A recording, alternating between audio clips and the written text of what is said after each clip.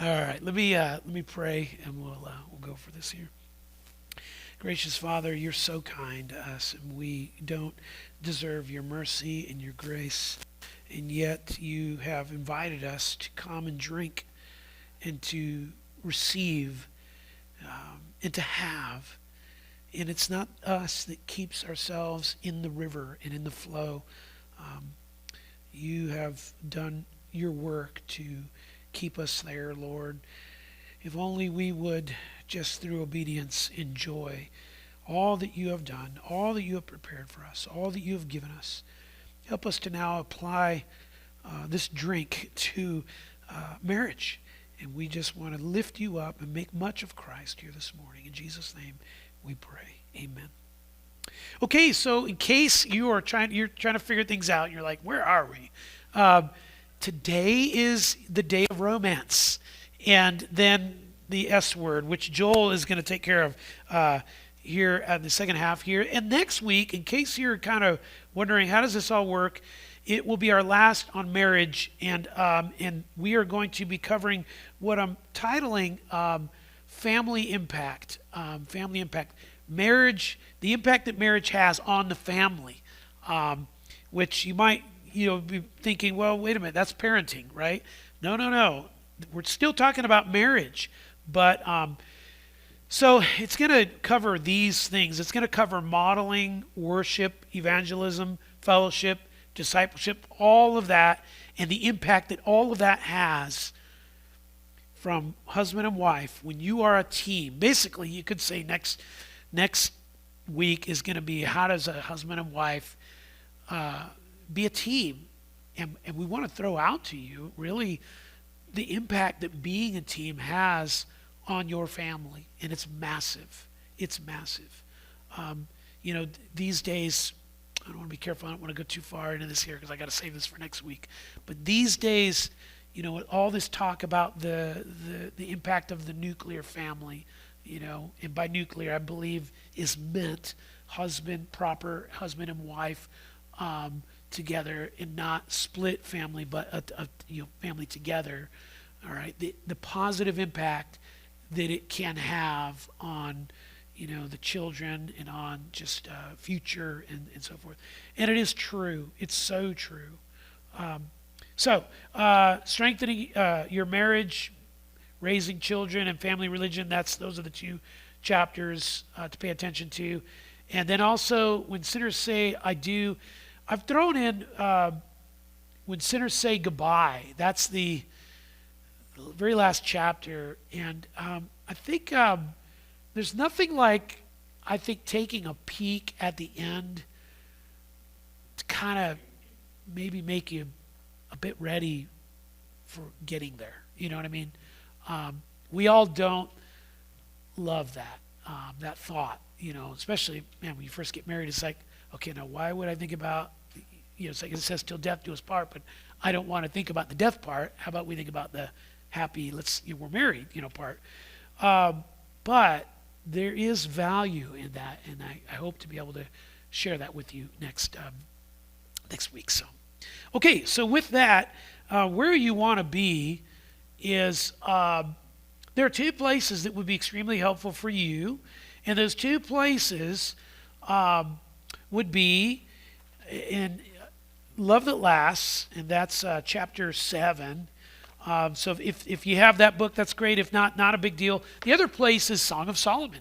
And it might take you half the class to find Song of Solomon, so you might get started right now.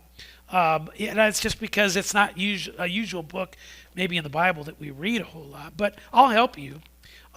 If you get to Psalms, just keep going right a little bit.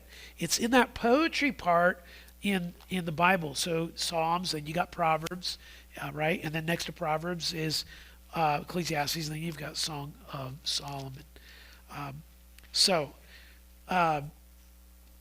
Let's give our attention here. Now, romance is one of those things. Personally, I think it's one of the most difficult things for me personally to talk about. Not because I have no experience in that, but my problem is that I think I tend to I tend to be a little bit more kind of a flary. I'm more of I think if you were to compare me to a gun, like, you have your automatic machine guns, which, they just kind of fire out and everything. I would be more like a flare gun, that just kind of every once in a while pops up when there's an emergency, and it's got to, you got to get attention, and it's all bright and colorful and everything. I would like to be more of the consistent kind when it comes to romance. So I wish that I could come to you as somebody that has amazing experience that could say, "Hey, follow me as I follow Christ."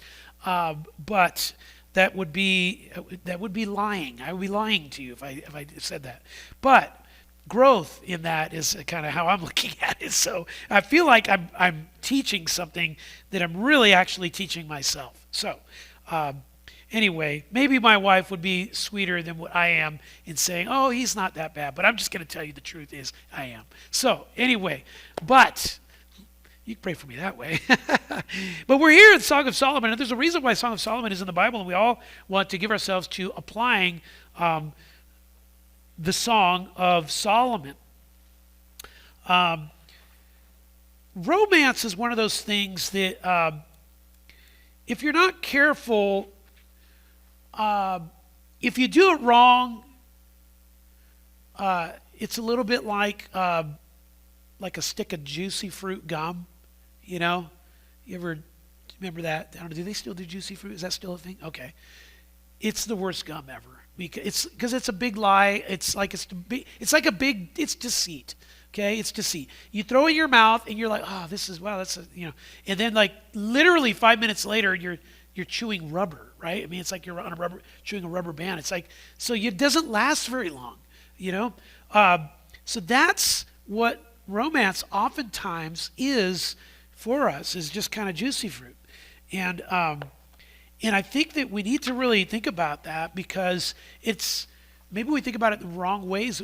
We're maybe thinking about it more like fireworks, when we should be thinking about it more as just kind of a growing, this growing expression of love that really is already there. Okay? Romance isn't just the frosting, on the cake. It really is the spices that are inside the cake that kind of are present all the time, okay? And that really are deeper, a little bit more, into the deal there, not just attractive on the outside. In that, one of the way he starts in Love That Lasts is talking about the God of love, the God of romance. I love that. We should think to ourselves, God is a God of romance. In fact, actually, if we go all the way back, and don't do this, but I'll just kind of give you the visual. In Genesis chapter 2, so Adam was made, all right, out of the dirt, which is so appropriate. I love the fact that men were made out of dirt. It's like, okay, you're so dirty. Yeah, well, that's where I got started, right? I mean, so it's like, it's really, it's good. I mean, always reminding ourselves we need work, we need help, right? Dirt, I was made from dirt. And then woman was made from the side. And then what's really neat is two things that come from Genesis 2 to me that really, really are helpful. All right. One is the fact that that when he was made, or when she was made from the side, and Adam's response, literally in the Hebrew, is this: wow. That was literally how he responded. That's the expression of it. It's a word that actually can also convey a musical note, right? In a song, that way, in a song. He literally was blown away. Okay, that's romantic. That's romantic. I mean, the second part to romance that we see, or a little hint of romance, right from the very beginning, is when he says, "You shall be one flesh." The two of you will be one flesh.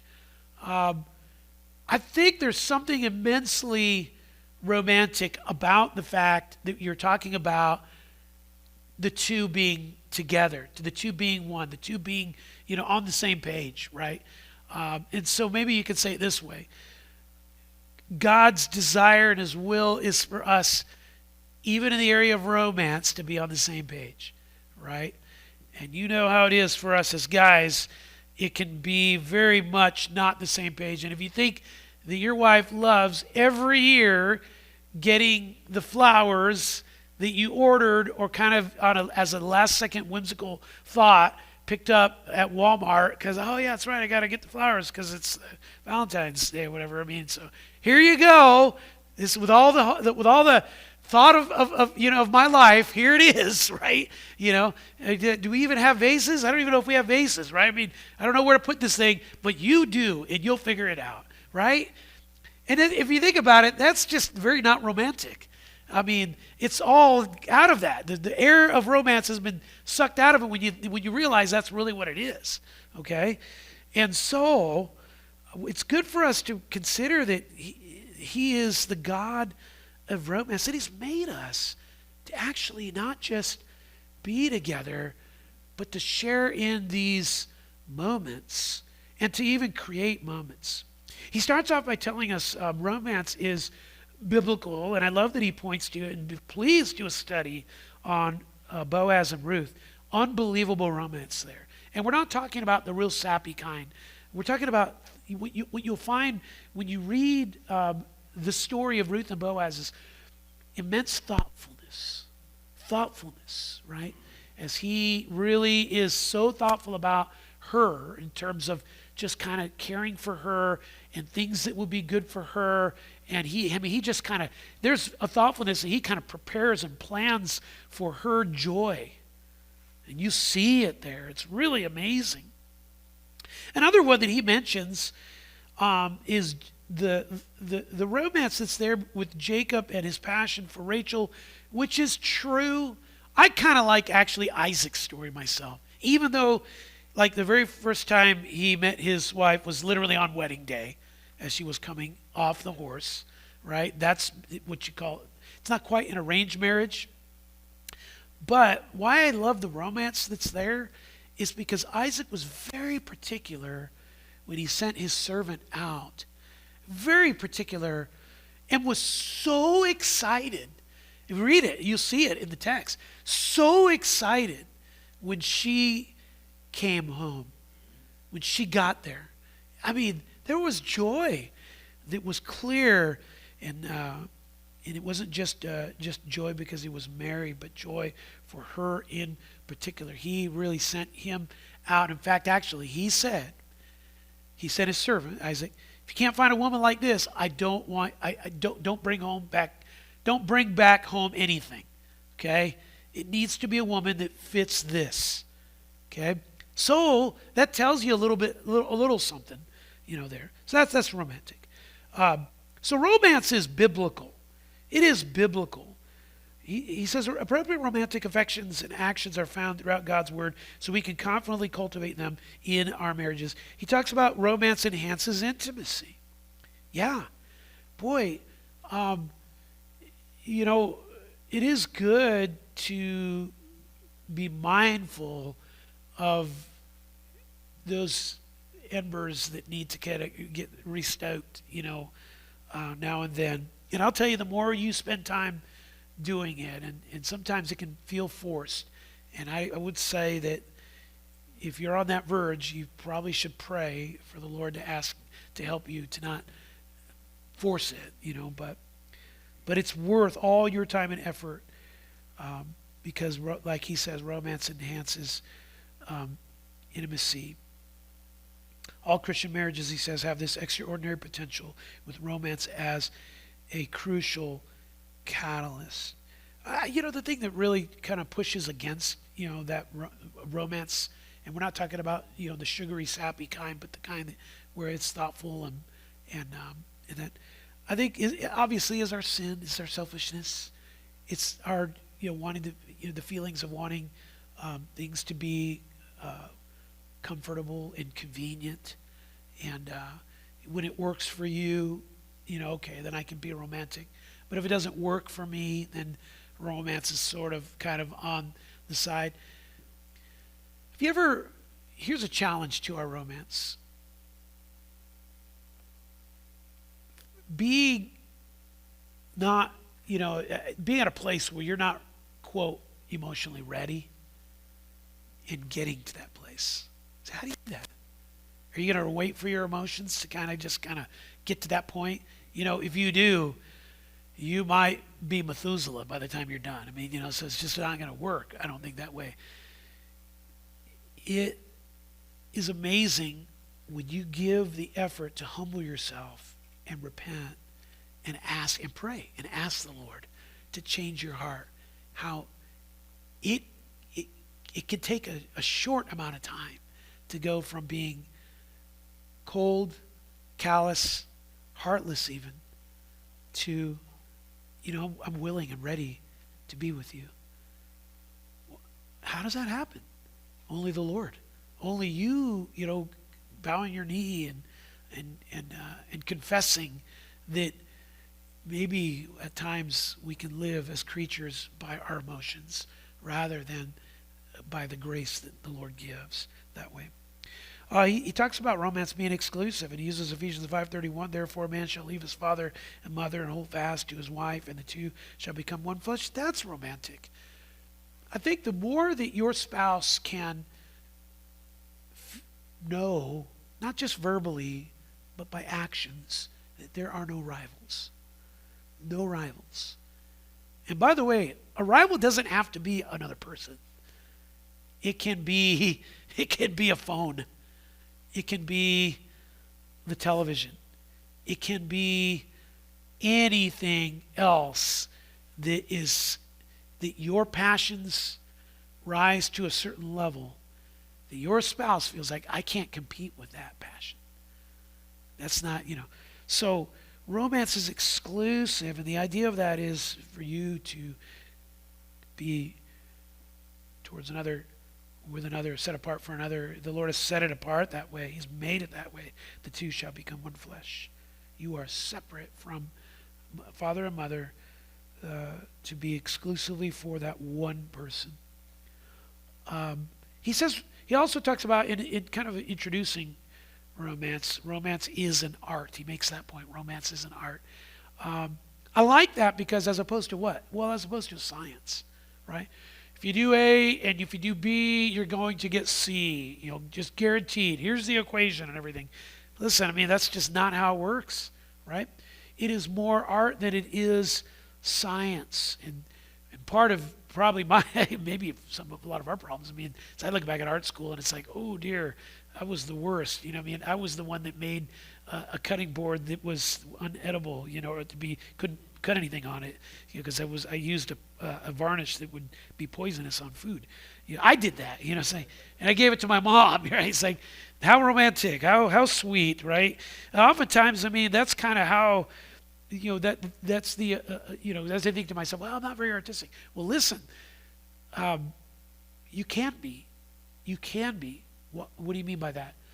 Well, if you give yourself to a practice of it, a practice where it might be clunky in the beginning, but after a while, you figure out, or you're trying to figure out, your spouse, you're allowing your spouse to figure you out. The next section that he talks about, he says, pursue romance with passion. Now, this is where we come to the Song of Solomon. And let me just say, please read the Song of Solomon. It is a tremendous book. It is very much, and if you're wondering about, I'm just going to give you the quickest of overviews of exactly what Song of Solomon is about.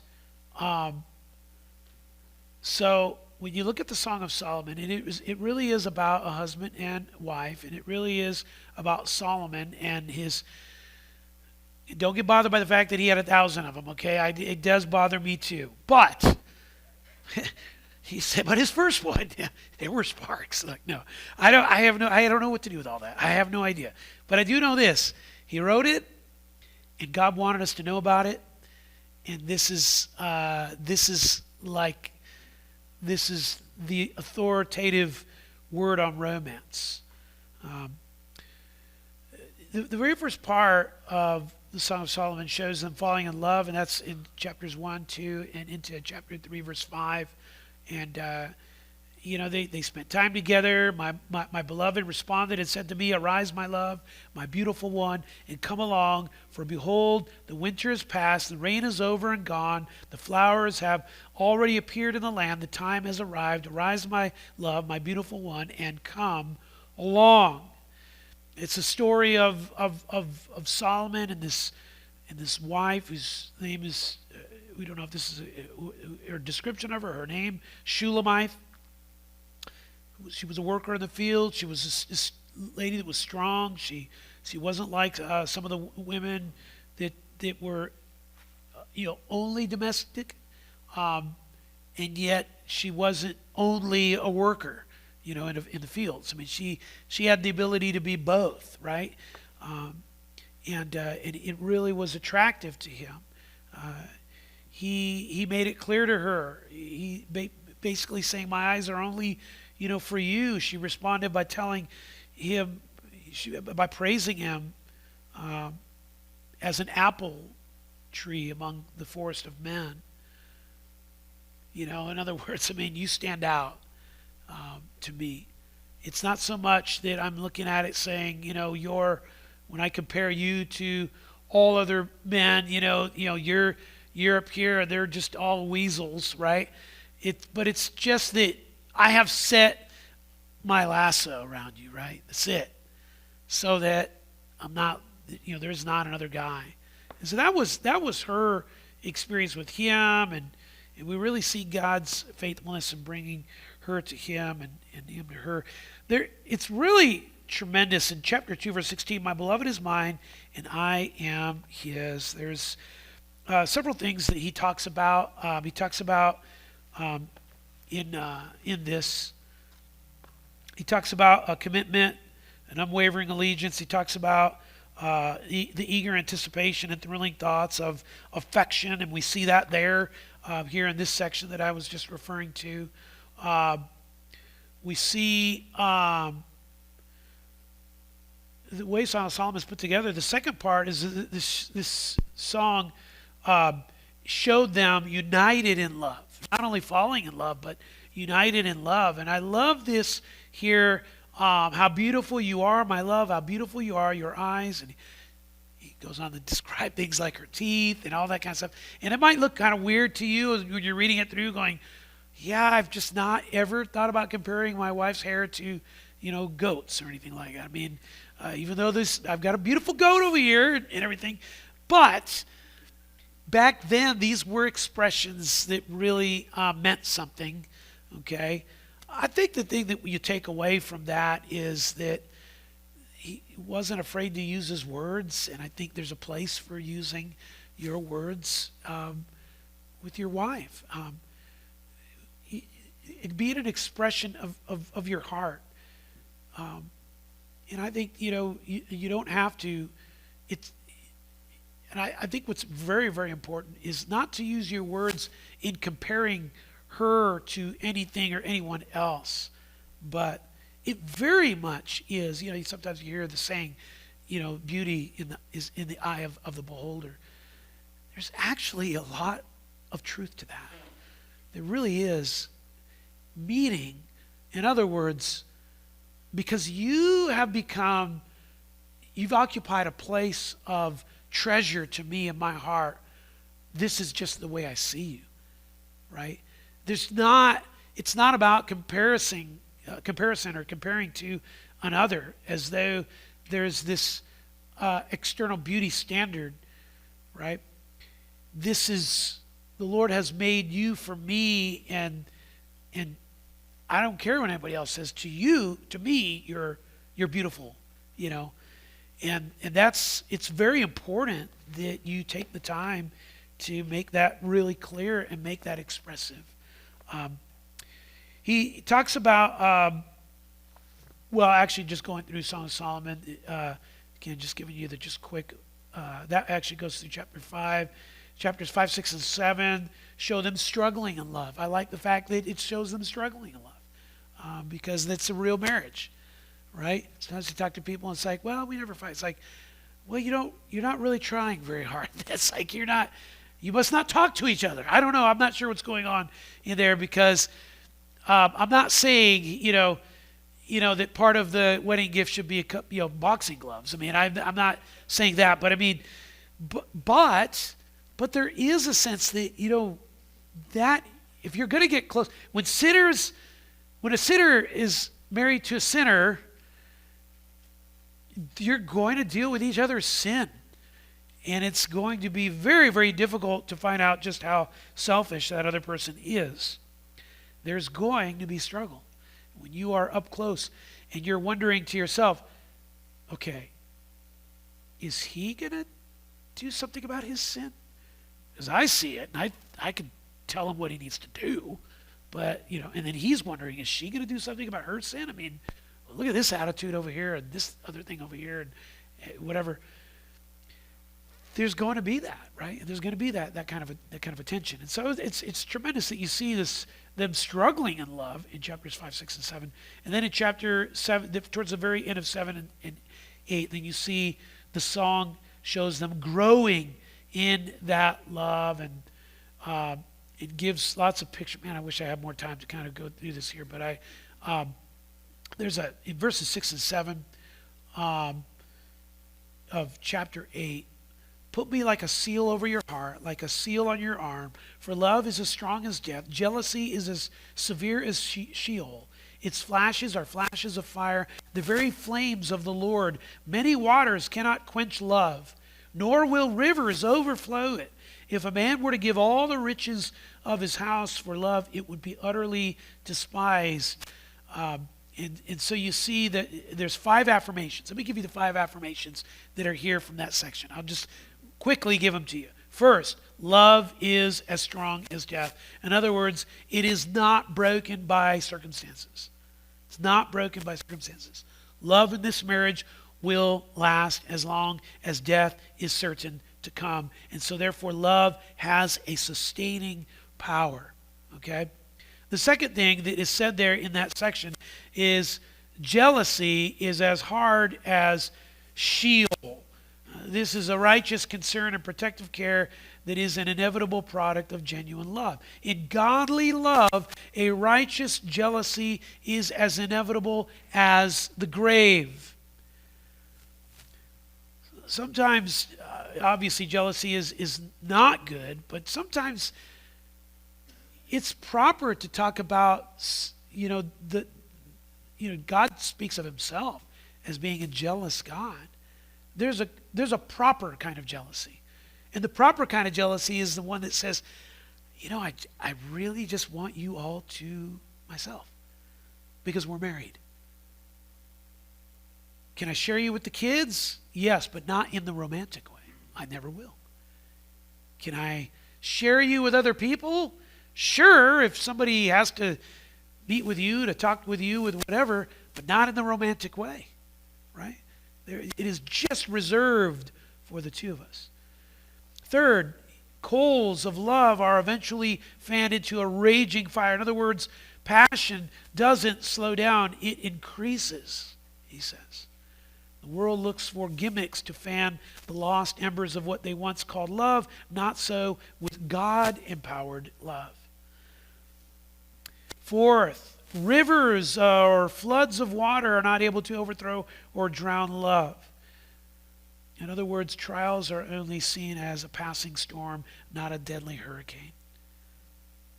And then fifth, love's worth is beyond any purchase price. He says there in Song of Solomon, chapter 8, verses 6 and 7. Love's worth is beyond any purchase price. There will be many things that will attempt to buy your love. Many things. And again, it doesn't have to be other people. It could be something like a hobby or whatever. You don't let that. None of it can be allowed to buy your love. Its worth is beyond purchase price. In this book, he talked about protecting romance as treasure. He talked about, in chapter 2, verse 15 of Song of Solomon, there's this verse, catch the foxes for us, the little foxes that spoil the vineyards, for our vineyards are in blossom. And I love how he uses this analogy to talk about how Be careful, because in marriage, there are going to be little foxes that come around that are trying to steal, right, stuff out of your vineyard, of your marriage, of your romance. What are those foxes? Here are the ones that he talked about. Ignorance. Ignorance. All right? Hey, listen, do not be ignorant about your spouse. Learn what, let me say it this way. Learn what cranks the gear, right? What creates the spark, what makes things work for your spouse, right? When you go in thinking, well, I love this, surely she's going to love this. Like, are you crazy? That's a terrible way to approach the deal, right? And so as long as you're ignorant about the things that she gets super excited about, or he gets super excited about, right, you're really not investing into romance very well. Selfishness. Oh, that's probably the biggest. That's the biggest fox. Selfishness, right?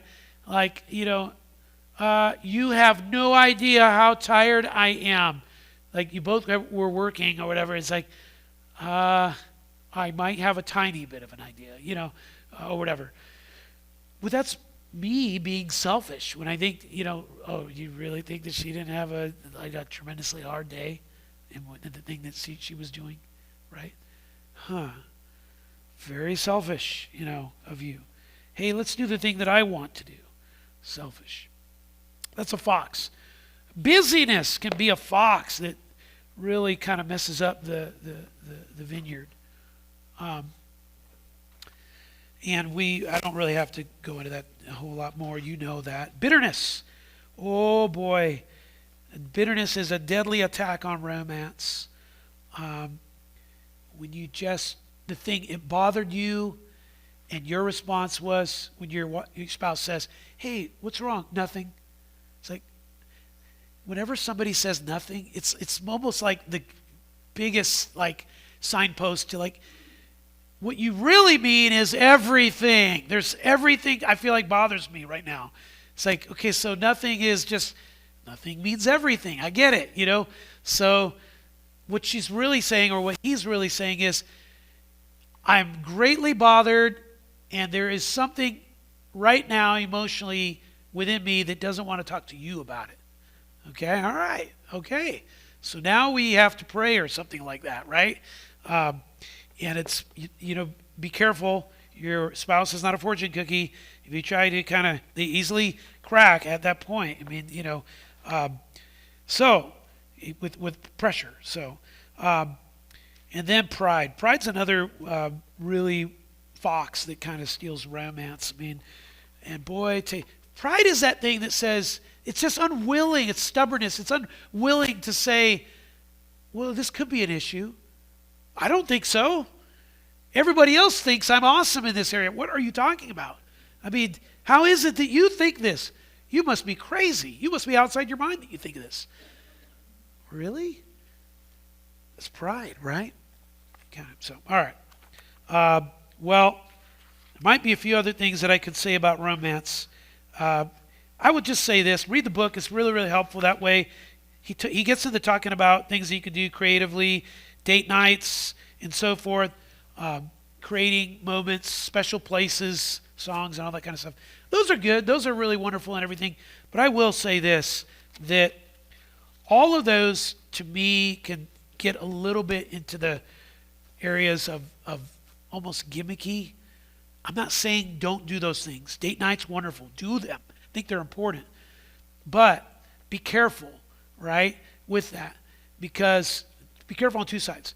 Number one, thinking you had the date night, come on, we should be good. We're good, right? The date night, it's good.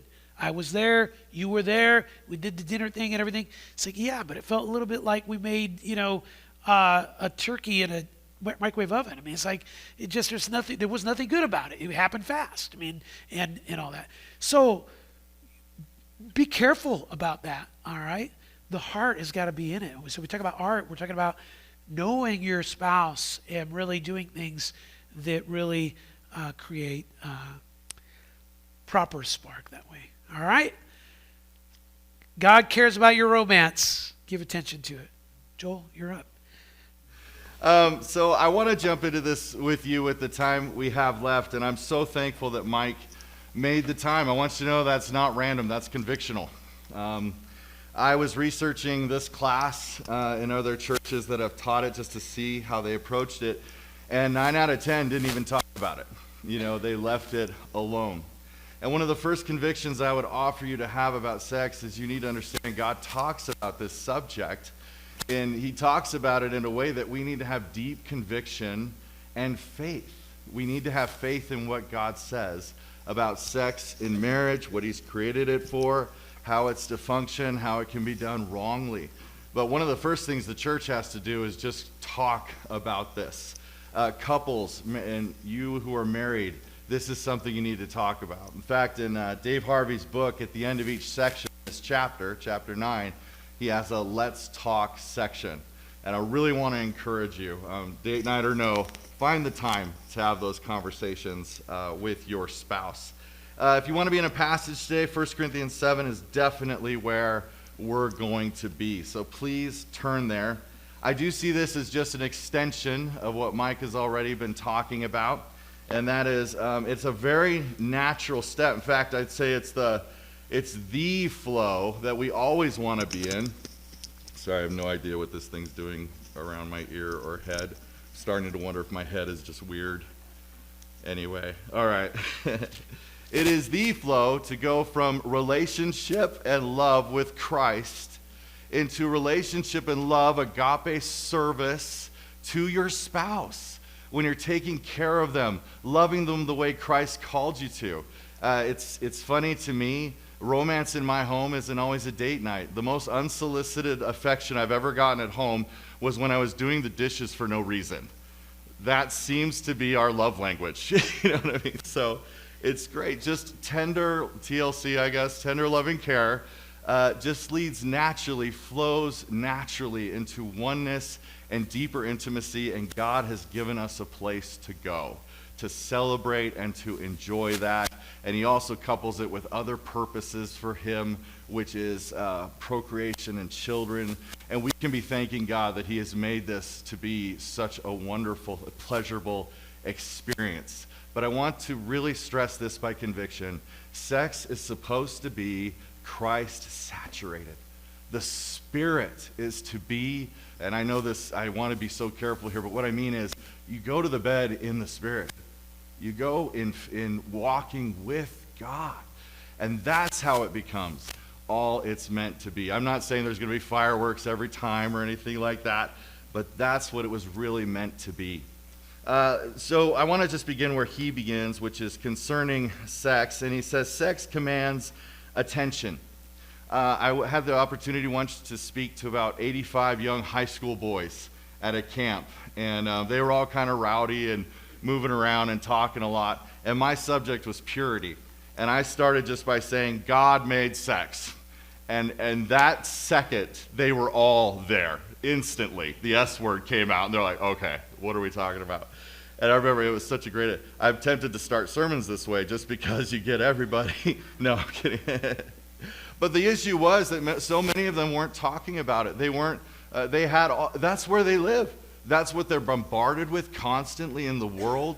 It's what they're thinking about, and they don't really have a venue or an avenue to go talk to someone about it. We're in Proverbs 5, because in Proverbs 5, Solomon, being a loving father, pulls his son aside and says, we need to talk about this. This is something major in your life, and we need to have a conversation about it. So we need to talk about it. We need to talk about it because marriages are struggling with this. Sex is very often a revealer of where your marriage is at. You know what I mean? It can really be a telling place about whether we're warm or cold, whether we're dealing with sin in our lives, whether we're open communication or romance. All those things sort of won't go away. They invade that space in our lives. So he gives us what's called a biblical icebreaker, and truly we're trying to bring God's wisdom to sex in our marriages. That's what we want. Like in all things, we trust the Lord to tell us how should this be done and done well to your glory and our benefit. How do we do that, Lord? And that's what this chapter is trying to do. So he starts with the biblical icebreaker, and he has one of my new favorite titles for Paul. He calls Paul the theologian of the uncomfortable topic. What a great thing to say. Great title. Paul is always, if you don't want to talk about it, Paul's going to talk about it, which is great. So, and here we have the Corinthian church, and he gives us some great background on the Corinthian church. First of all, the Corinthian church, their culture, as you've probably heard before, to Corinthianize meant to be someone of deep immorality, gross immorality, drunken debauchery was the norm in Corinth. That's how they worshiped. So you might go to church on Sunday, everyone else is going to the temple, and it's going to be an orgy. It's going to be something vile and gross, and this is how they're living their lives. This is their culture. And this is also a massive problem for the Corinthian church. We have a quote here by John MacArthur on page 153. He says, "The sexually corrupt, the covetous, swindling, and idolatrous people to whom Paul referred were fellow church members who refused to give up or had fallen back into the debauched lifestyle of Corinth." So the Corinthian church was a church full of pride, and they were full of their own sexual desires and exploits. They were doing whatever they wanted to do, irregardless of what the Lord told them to do. And Paul doesn't back away or fear this topic. He jumps right in verses 1 through 5 of chapter 7. Let me read these to you. And this is the ESV. "Now concerning the matters about which you wrote, it is good for a man not to have sexual relations with a woman." Well, that rules out fornication, that rules out idolatry, that rules out anything outside of that marriage couple and covenant. And the title's changed for who he's talking to in the next section. "But because of temptation to sexual immorality, each man should have his own wife, and each woman her own husband." What is the answer to temptation of sexual immorality? It is marriage. It is your spouse. And I love this. This is spoken by a loving, caring shepherd.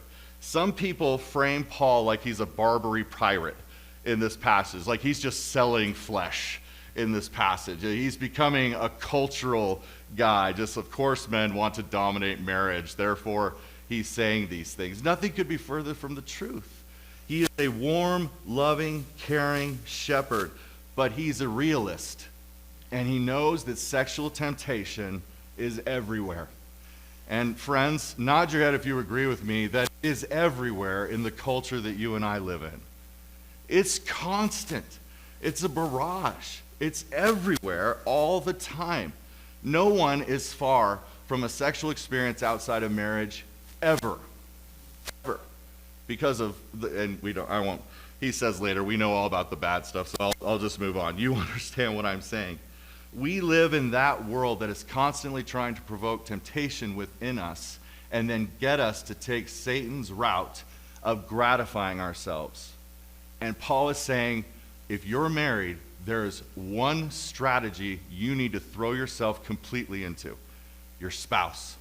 You need to go after your spouse.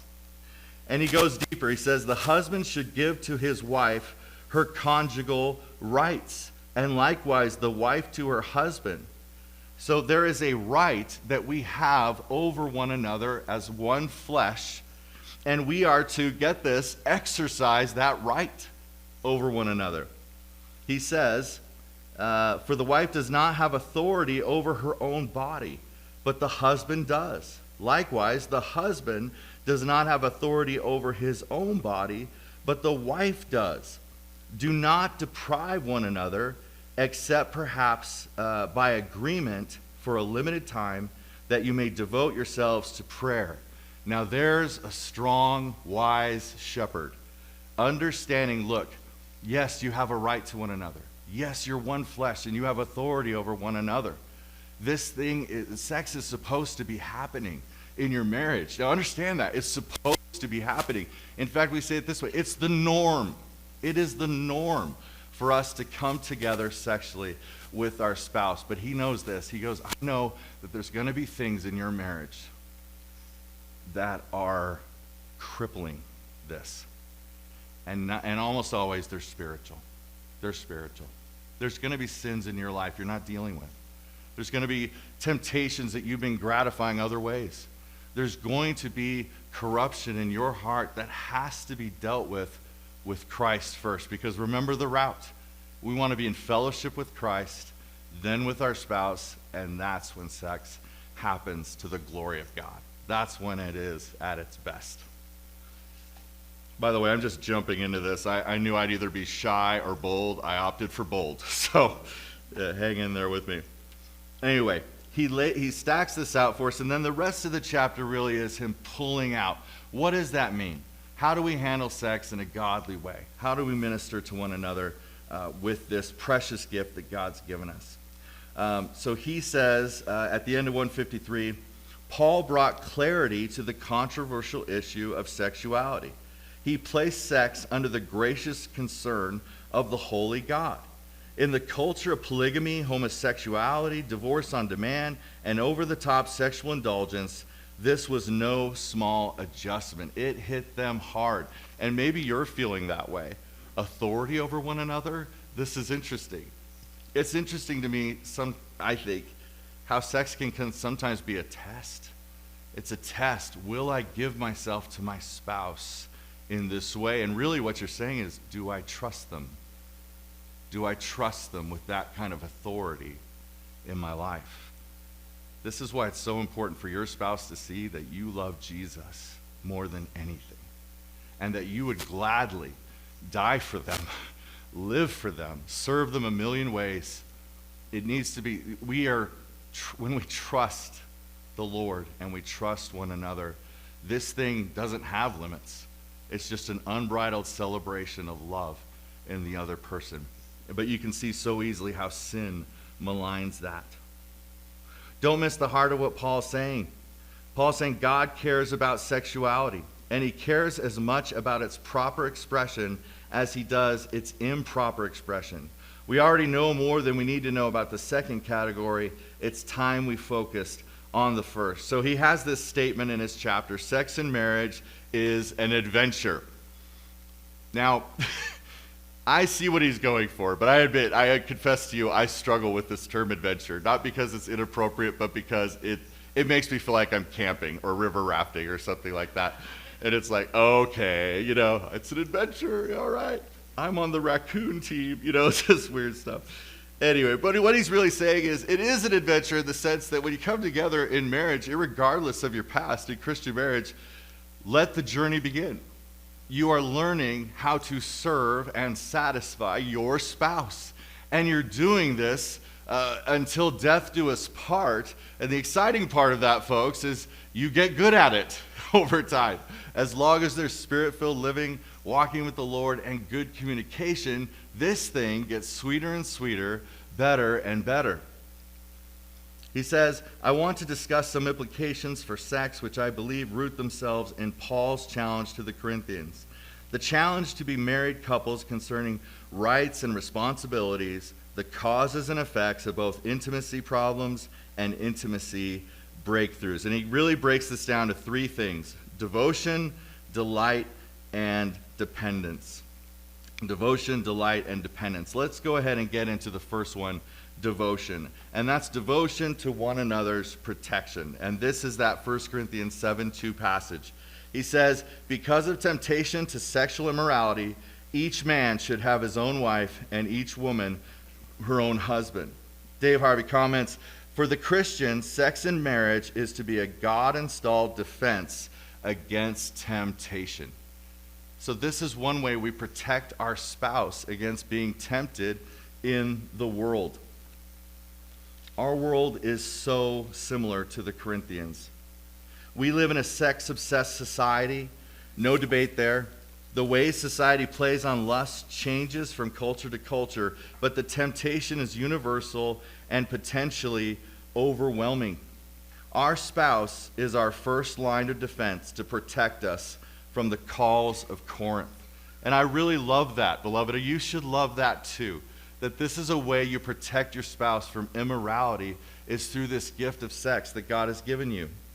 Most couples with a healthy sex life live largely unaware of how much their physical relationship works silently but powerfully against sexual temptation. That's a great thought. Lots of married couples who are doing well and engaging in this intimacy, you know what's happening? They're building up defense against the world's attacks and they don't even know it. They're stronger. They look away quicker. They make better decisions in the moment. They put the phone down. Things like that. I remember, why does it work that way? I remember Rick Holland, a pastor, shared this story once. He said he and his wife went to this beautiful dinner. And it was like a 7-course dinner and just an amazing feast. And they just partook of everything and they loved it. They ate and ate and ate. And they had such a good time. And then at the end, they brought out the dessert tray. And there's a chocolate cake on fire. And there's, something that smells like it came directly out of Santa's workshop or bakery, whatever. But it looked incredible. And he looked at her and he said, "Are you hungry?" She goes, "No." So I'm satisfied. I'm full. I don't need that. It's the same idea in marriage. When we're coming together, we're satisfying one another. We're not hungry. We're not hungry. It's hard to sell bread to someone who's stuffed. It's hard to sell dessert, no matter how good it looks, to someone who's already full. And that's the kind of protection that we want to provide to our spouse. He writes, and in marriage, it is sex that protects. Sex works invisibly but powerfully to diminish temptations to sexual immorality. We need to see that such moral protection is not just a pleasant byproduct of marital intimacy, it is a core reason for marital intimacy. God wants you to protect your spouse in this way. This is a ministry. This is a ministry call to married couples. Take care of one another, protect one another in this way. Another devotion he brings is to one another's rights. He writes, the husband should give to his wife her conjugal rights, and likewise the wife to her husband. Verse 4 gives the reason. We don't belong to ourselves. We have to get that out of our heads when it comes to marriage. I don't belong to me, I belong to her, and she belongs to me. Corinthian sex begins and ends with a husband and wife. Each has a right over the other. Our bodies are not our own. And then he gives us an astounding wow in this passage. He writes, marriage means that our bodies are now claimed by God for the pleasure and service of another. Our connection is so comprehensive that God gives our spouse a claim over our body. It is a remarkable picture of the actual scope of the two becoming one flesh.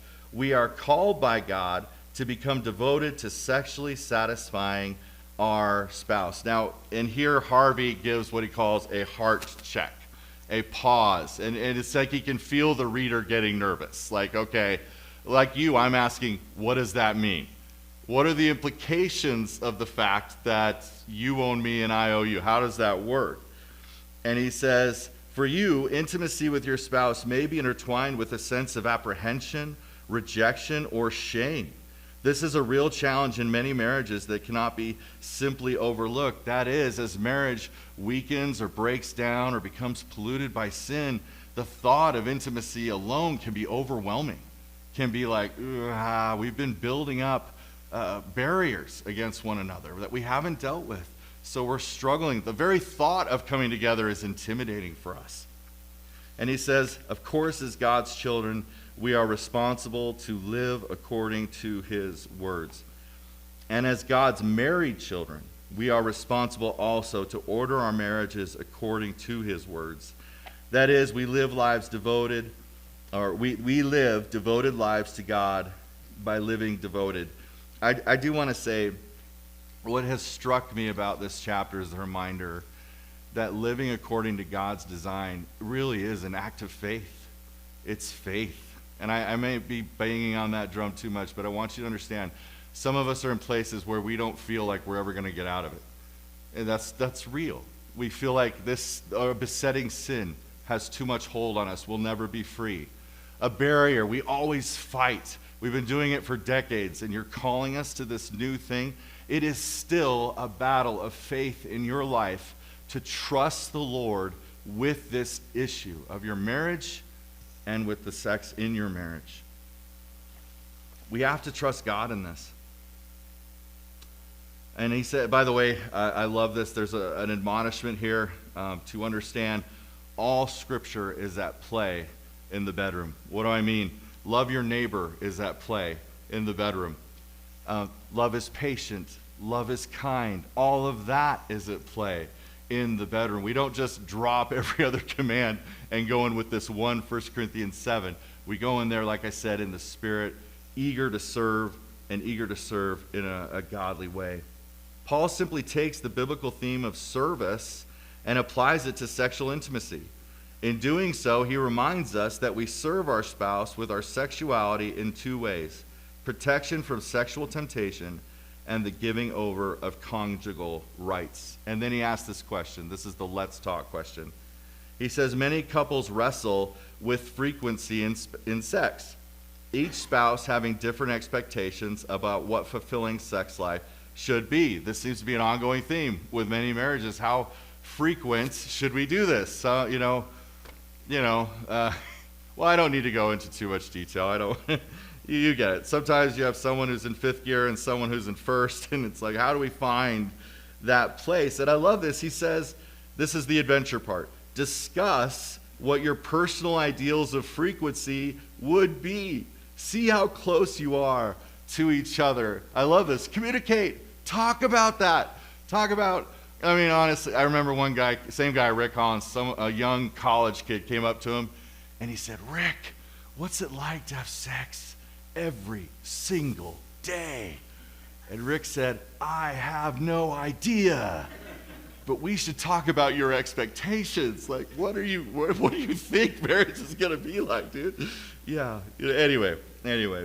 And by the way, you're you. You have your own brand, your own flavor, your own marriage. It's not meant to be cookie cutter. Take the principles God has given you and go talk about it and enjoy and work it out. Well, on that, that's our homework. Awesome. Anyway, speaking of, sex in marriage is an adventure of delight. So not just devoted to one another's protection, but also to one another's delight. God intends for our greatest joy in marriage to come from being a primary source of joy to our spouse. John Piper says, the reason there is so much misery in marriage is not that husbands and wives seek their own pleasure, but that they do not seek it in the pleasure of their spouses. Where is your ultimate joy and intimacy? It's in their delight. Your joy is in their delight. So what am I going to aim for in that intimate place? My spouse's delight, my spouse's joy. Joy of sex, then, is the pleasure derived from giving our spouse his or her conjugal rights. Notice Paul doesn't emphasize taking from our spouse our conjugal rights. We don't go into the bedroom demanding, breaking down the door, and what about me, and hey, my needs, and, it's been 2 days, and anyway. Yeah, we don't go in there that way. Paul instead emphasizes the giving of these rights to one another. Paul locates the key for great sex as generosity. Go in the bedroom to be generous. I'm here for you.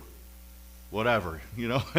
It's that willingness, that openness, that heart just says, I want to give in any way that you want to be given to. Sexual relationship in marriage then becomes a journey of figuring out how to delight my spouse with my body. And you know what? That adventure remains for as long as you both shall live. It's unaltered, and here I give a hearty thank God. It's unaltered by children, by age, or bodies that have broken out of their previous contours. This gift is for everyone, no matter what stage they're at in life or what's happened to them or any of those things. It still stays on the table. C.J. Mahaney said, indeed, any married person who rightly sees these verses as commands from God will bring to the marriage bed a servant's mindset that places the primary emphasis on the sexual satisfaction of his or her spouse. You can't really read it any other way. I'm here to give. I'm here to serve. And I think I'm 3 minutes over. Am I 3 minutes over, Mike? I should ask Shannon. Shannon, am I 3 minutes? Okay, all right. Well, before the kids get in and need therapy down the road, I just want to really encourage you to finish the chapter and take a good look at those Let's Talk sections, because that's where I think the real path forward will be in your marriage. Let me pray for you. Lord God, thank you so much for this precious gift you've given us. We are so thankful, Lord, that you consider our joy and our delights, not just physically, but emotionally and spiritually, and that you've called us to something, a service and a ministry to our spouse, which is incredibly joyful and satisfactory. Help us to walk humbly with our God. Help us to fear you and keep your commandments, and help us to treasure our spouse like Christ treasures the church. And we have no doubt, Lord, that what follows that will be a beautiful coming together of intimacy. In your name, amen.